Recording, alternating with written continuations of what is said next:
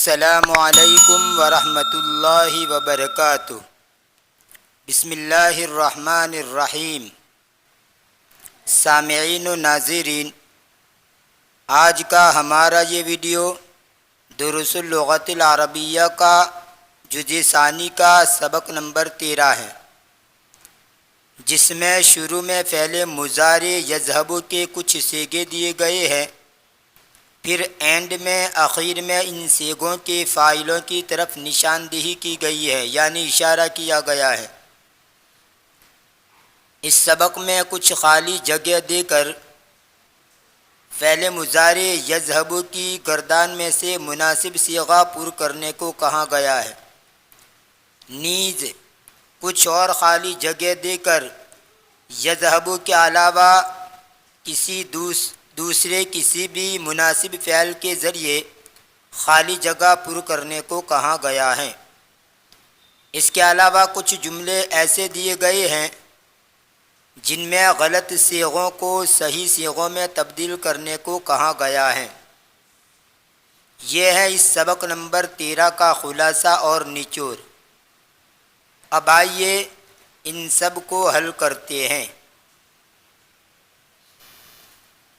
بسم اللہ الرحمن الرحیم۔ الدرس الثالث عشر، المذکر المؤنث۔ حامد یذهب، حامد جاتا ہے۔ حامد و علی و ہاشم یذهبون، حامد اور علی اور ہاشم جاتے ہیں۔ آمنۃ تذهب، آمنہ جاتی ہیں۔ آمنۃ و مریم و زینب یذهبن، آمنہ اور مریم اور زینب جاتی ہیں۔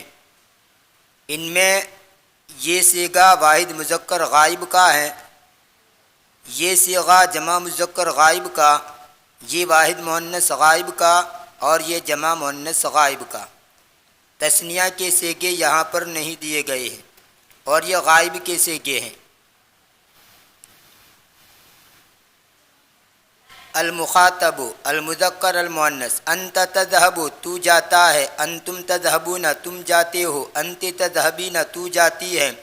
انتن تذهبن، تم سب جاتی ہو۔ یہاں پر یہ صیغہ واحد مذکر حاضر کا ہے، یہ جمع مذکر حاضر کا، یہ واحد مؤنث حاضر کا اور یہ جمع مؤنث حاضر کا ہے۔ یہاں پر بھی تثنیہ کے صیغے نہیں دیے گئے۔ المتکلم المذکر المؤنث، انا اذهب، میں جاتا ہوں یا میں جاتی ہوں۔ نحن نذهب، ہم جاتے ہیں یا ہم جاتی ہیں۔ یہ واحد متکلم کا صیغہ ہے اور یہ تثنیہ و جمع کا صیغہ ہے، متکلم کا صیغہ ہے۔ متکلم کے صیغوں میں مذکر مؤنث مکس ہیں، یعنی واحد متکلم میں مذکر کا بھی ترجمہ ہوگا، مؤنث کا بھی ترجمہ ہوگا، اور جمع متکلم میں بھی مذکر اور مؤنث دونوں کا ترجمہ ہوگا۔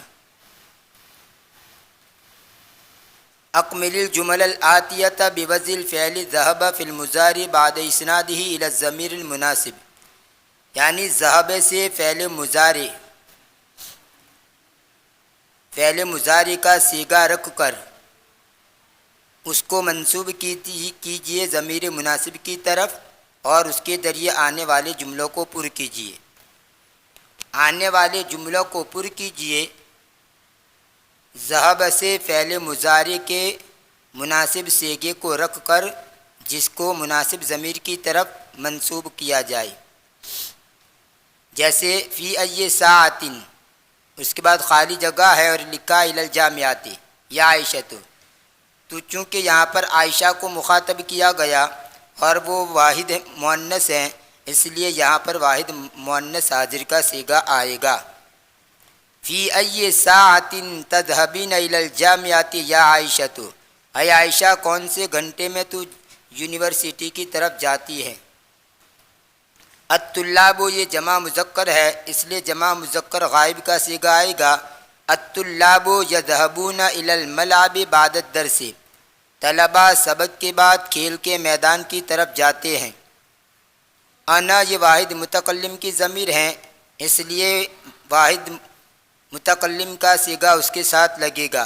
انا اذهب الى السوق یوم الجمعۃ فقط، میں صرف جمعہ کے دن بازار کی طرف جاتا ہوں۔ متی تذهبون لزیارت المدیر یا اخوانو، اے بھائیو پرنسپل کی ملاقات کے لیے تم کب جاؤ گے؟ امی تذهب الى المستشفى كل يوم لانها مریضۃ، میری ماں روزانہ ہاسپٹل کی طرف جاتی ہیں اس لیے کہ وہ بیمار ہیں۔ اتذهبن الى المکتبۃ كل مساء یا بناتی، اے میری بیٹیوں کیا تم ہر شام کتب خانے کی طرف جاتی ہو؟ لم لا تذهب الى المطار معنا یا عباس، اے عباس تو کیوں ہمارے ساتھ ایئرپورٹ کی طرف نہیں جاتا ہے؟ نحن نذهب الى الجامعۃ بسیارۃ الاجرۃ، ہم کرائے کی گاڑی سے یونیورسٹی کی طرف جاتے ہیں۔ ابی یذهب الى المصنع فی الساعۃ العاشرۃ، میرا باپ 10 بجے کارخانے کی طرف جاتا ہے۔ اخواتی یذهبن الى المدرسۃ بالحافلۃ، میری بہنیں بس کے ذریعے مدرسے کی طرف جاتی ہیں۔ اکمل الجمل الآتیۃ بوضع فعل مضارع مناسب فی الفراغ، آنے والے جملوں کو پر کیجیے خالی جگہوں میں مناسب فعل مضارع کو رکھ کر۔ اوپر یذهب سے یذهب کی گردان میں سے مناسب فعل کے ذریعے خالی جگہ پر کرنے کو کہا گیا تھا، یہاں پر کوئی بھی فعل جو مناسب ہو اس کو لگا کر خالی جگہ پر کرنے کو کہا گیا ہے، جیسے خالی جگہ اللغت العربیۃ یا سیدی، تو یہاں پر صیغہ آئے گا اتعرف اللغت العربیۃ یا سیدی، اے میرے آقا کیا آپ عربی زبان جانتے ہیں؟ نحن نلعب کرۃ القدم کل مساء، ہم ہر شام فٹ بال کھیلتے ہیں۔ افی مہاجہ الجامعات تسکنون یا اخوانو، اے بھائیو کیا تم یونیورسٹی کی ہاسٹلوں میں رہتے ہو؟ التجار یفتحون دکاکینہم فی الساعۃ التاسعۃ، تاجر لوگ ان کی دکانیں 9 بجے کھولتے ہیں۔ یکتب المدرس الدرس علی السبورۃ، استاد بلیک بورڈ پر سبق لکھتے ہیں۔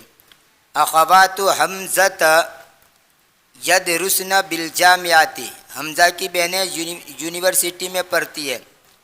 انا اقرأ القرآن کل صباح، میں ہر صبح قرآن کریم پڑھتا ہوں۔ فی ای محطۃ تنزل یا سیدی، اے میرے آقا کون سے اسٹیشن میں تم اترو گے؟ اختی تعرف 3 لغات، میری بہن 3 زبانیں جانتی ہے۔ من ای اذاعۃ تسمعن الاخبار یا فتیات، اے نوجوان عورتوں کون سے ریڈیو اسٹیشن سے تم خبریں سنتی ہو؟ فتن اس کا معنی نوجوان مرد، اس کی جمع آتی ہے فتیتن، اور فتاتن نوجوان عورت جس کی جمع آتی ہے فتیاتن۔ صحح الجمل الآتیۃ، آنے والے جملوں کو صحیح کیجیے۔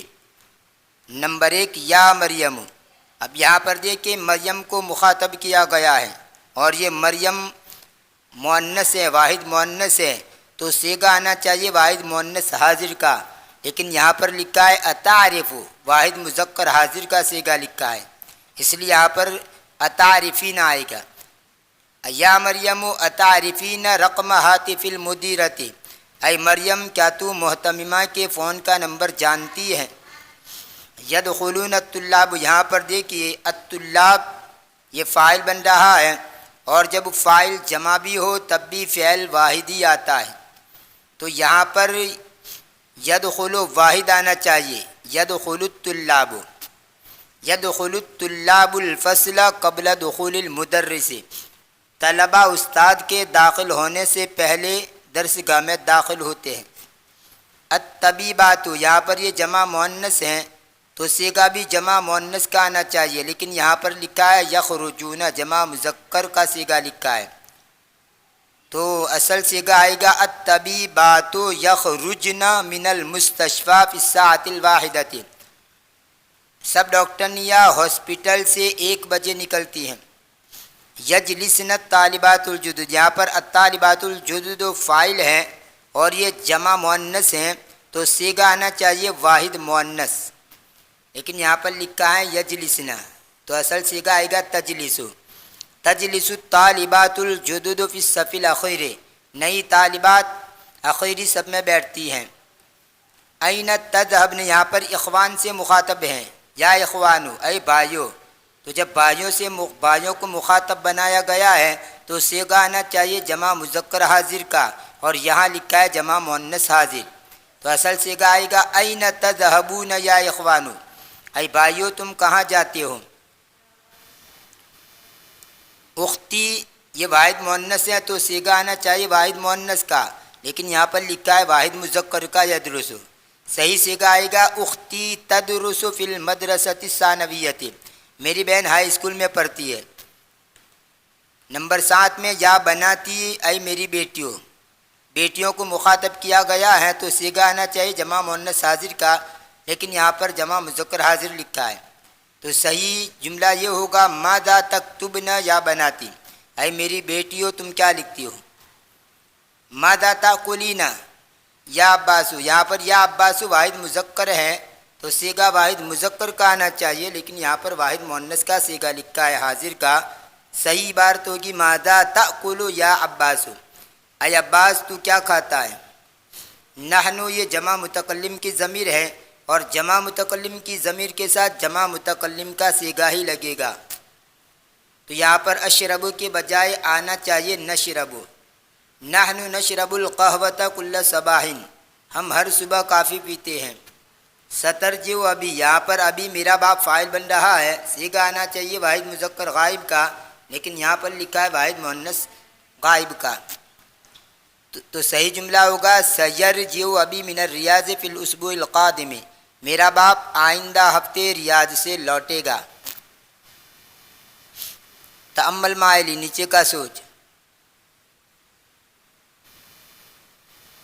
اب یہاں پر دیکھیے پہلے مضارع کے کچھ حصے کے اور ساتھ ساتھ اس کے فاعل کی طرف اشارہ کیا گیا۔ یذهب جاتا ہے یا جائے گا، وہ حکمت، اس میں یا علامت مضارع، یہاں پر جو حرف المضارعات کہا گیا اس سے مراد علامت مضارع، اور علامت مضارع 4 ہے، یا تا حمزہ اور نون، جس کو بالکل شارٹ میں کہنا ہو تو عطئی نہیں کہہ سکتے ہیں۔ حمزہ تو صرف ایک صیغے کے اندر آتا ہے واحد متکلم میں، اور نون بھی ایک صیغے کے اندر آتا ہے جمع متکلم میں، اور یا جو ہے غائب کے پہلے 3 صیغوں کے اندر آتا ہے، اور اس کے بعد واحد اور جمع مؤنث غائب کے صیغے کے اندر یا آتا ہے، تو 4 صیغوں میں یا آتا ہے، تو 4 صیغوں میں یا، ایک صیغے میں حمزہ اور ایک صیغے میں نون، اس طرح 6 صیغے ہوئے۔ اب باقی جو بچے 8 صیغے، ان 8 صیغوں کے اندر تا آتا ہے۔ خیر، تو یہ یا تا حمزہ اور نون اس کو علامت مضارع کہا جاتا ہے، جن کو انہوں نے حرف المضارعات کہا۔ تو یذهب، اس میں ذهب فعل ضمیر مستتر فاعل، یذهبون یہ یا حرف مضارع، ذهب فعل، اور یہ واو جو ہے وہ فاعل ہے، اور نون یہ علامت رفع ہے، یعنی مرفوع کی علامت ہے کہ یہ مضارع مرفوع ہے۔ تذهب وہ جاتی ہے، اس میں تا علامت مضارع، ذهب فعل ضمیر مستتر فاعل، یذهبن یا علامت مضارع، ذهب فعل نہ فاعل، تذهب تا علامت مضارع، ذهب فعل ضمیر مستتر فاعل، تذهبون تا علامت مضارع، ذهب فعل واو فاعل، اور نہ علامت رفعانی جمع، علامت رفعانی یہ مضارع مرفوع ہے۔ تذهبین تا علامت مضارع، ذهب فعل یا فاعل اور نہ علامت رفع، تذهبنا تا علامت مضارع، ذهب فعل نہ فاعل، اذهب حرف مضارع یعنی علامت مضارع، ذهب فعل ضمیر مستتر فاعل، نذهب نہ علامت مضارع، ذهب فعل ضمیر مستتر فاعل۔ بالکل آسان انداز میں آپ یوں سمجھیے کہ واحد مذکر غائب اور واحد مؤنث غائب، یعنی پہلا صیغہ اور چوتھا صیغہ، ان کو چھوڑ کر بقیہ جو 12 صیغے آنکھ بند کر کے کہہ دو کہ یہ فعل با فاعل ہے، اس کے بعد اگر کوئی لفظ آئے گا تو ظاہر سی بات ہے وہ مفعول ہوگا، اور مفعول جو ہوتا ہے وہ منصوب ہوتا ہے۔ اس لیے 12 صیغوں کو، چاہے ماضی ہو گردان یا مضارع کی گردان ہو، 12 صیغوں کو آنکھ بند کر کے کہہ دو فعل با فاعل۔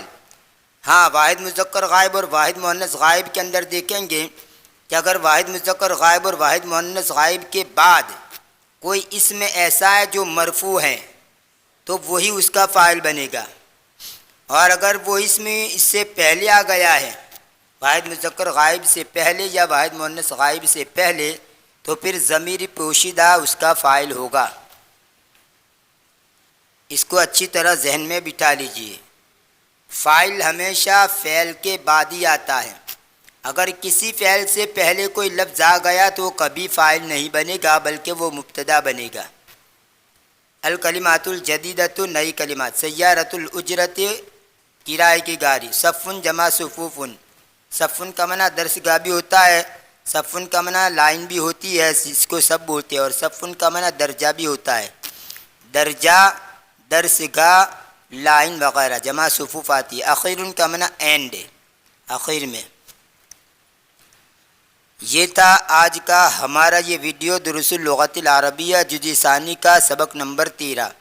انشاءاللہ آنے والے ویڈیو میں اس کتاب کا سبق نمبر 14 آپ کے سامنے پیش کیا جائے گا۔